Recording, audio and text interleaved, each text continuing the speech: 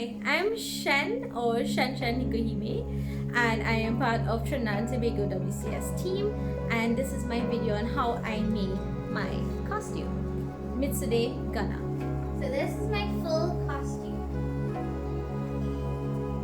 So how I made my headpiece or the mask, I used something called foam clay, and then I molded it with foil, and then I sculpted it by hand, and I hand painted everything.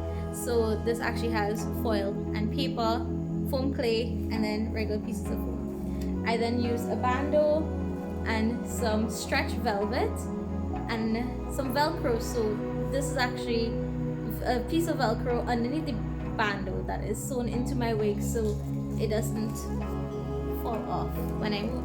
The robe is a very simple silhouette. I actually extended it so for it to go under the skirt so I could have a little more coverage. I darted it. There are two edgings. This is also the spandex and the stretch velvet. I did a beautiful floral stitch. Even though it's hard to see, I still did it. And then I have the little grommet holes here, which is where the sleeves would be secured underneath. And these pieces of velcro is for the shoulder armor. So to get the effect on the neck armor, I score some lines into the pattern on the foam.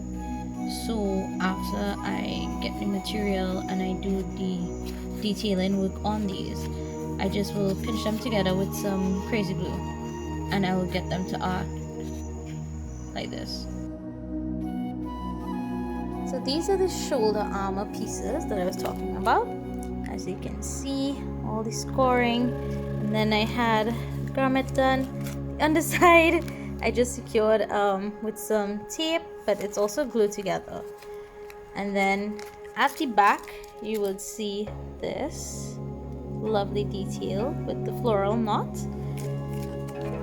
The rope comes here from the little gold details, and then there's a ball of fur, and I rolled fur and hand stitched this to the rope. So, and this basically just drapes over my shoulders, and I secure them with some velcro on the costume itself.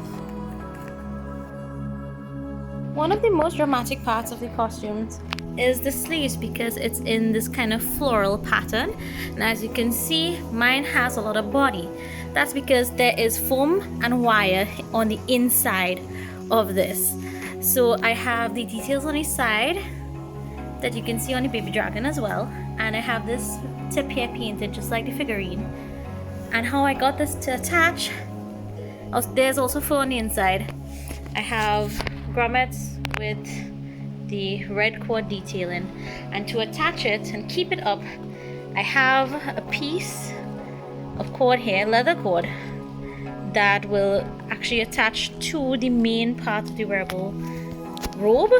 So this actually will rope up to my shoulders and my neck, and that's how I kept these parts suspended and it wouldn't fall, especially with the weight. These are the armor pieces that go over the sleeves just off my shoulders. So what I did with this, it's foam, vinyl, held together with some elastic and some velcro, and I also did the scarring detail on separate pieces of foam, because that's what it looked like from my references. And I burnt this in with a wood burning kit, and I painted all the details. So this is the gauntlet that is down on my forearms reaching to my wrist. As you can see, it's 3 parts. The first part is spandex, so it's white and red to go with the theme. And this is the same dragon print spandex that I have on the skirt part of my costume. The fringes, yes, as well as the details on the sleeves. Second part is this part. So it's flat, it's flexible. It's also being held together with some velcro. As you can see, I sewed in the pattern for the top part of the gauntlet, which is the bone armor. So as you can see, this is stiff. This is about 6mm foam. I have the rope pulled down to it on this side so that you can see how it ties around the other 2 parts.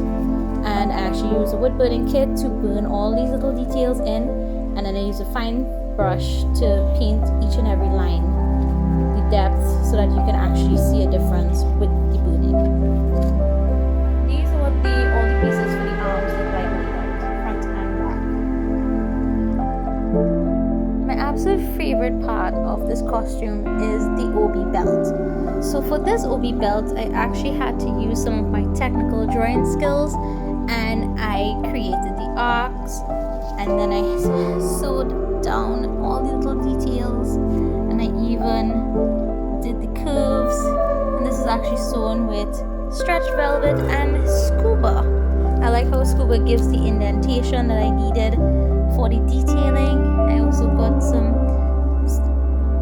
yellow spandex that matched the dragons, and I stitched them down, and then have another hand braided cord that would be the obi belt detail. And the skirt is 3 layers, so this is the spandex fringe, it's a tie skirt. Then I have the armored skirt that goes over that, that's also a tie skirt, so I can get extra layers. And then there's the first skirt. The fourth layer of the skirt is this armored hip layer, as well as the tail to the back. As you can see, these are curved because there is foam on the underside that I heat treated and then hand curved. And then I had the vinyl painted, and I did an ombre pink pattern on the tips going all the way up. And then here you could also see the tassel details. These were all hand stitched in. There are grommets, rose gold grommets underneath to secure the rope. And this goes over the 3 layers of skirt.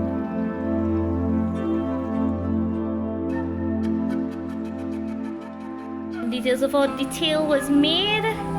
Here you can see I used the spandex to cut out the pattern, and then I stitched it all together. So, and then I painted the tips to ombre pink so it can match with the entire theme.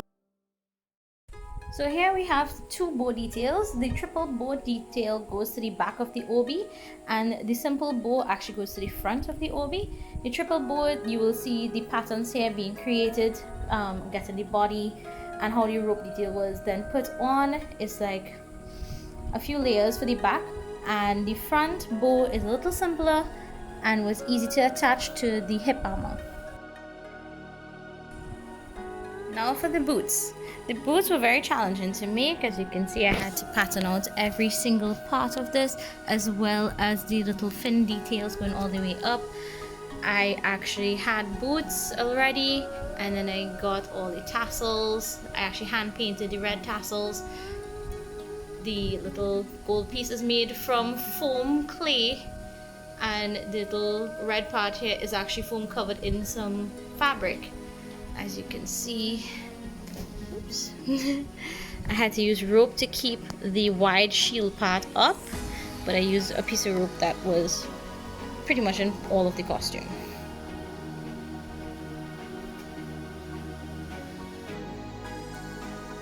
This is the sword, which is my weapon prop. Finished. So the sword is wooden, and this is the scabbard. The scabbard is foam and vinyl. So the main parts of the sword that I really love was the hilt that has a cherry blossom shape. This is 2 exercise mats put together, sandwiched with glue, then dremeled down to get the shape.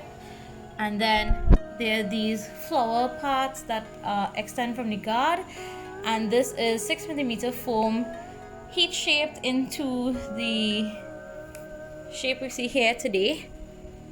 And then I also burnt the details in with the wood burning kit. The hilt is a mix of hockey stick guard fabric that matches back with the skirt and other small details. And then here is actual leather straps. So this is leather straps I hand painted and dyed myself. I created my own paint from makeup and a few other acrylic bases. And that's how I got the effect for my sword. An ombre paint job was done on the blade as well as the white floral tips. So we hope you'll like it. So this is my full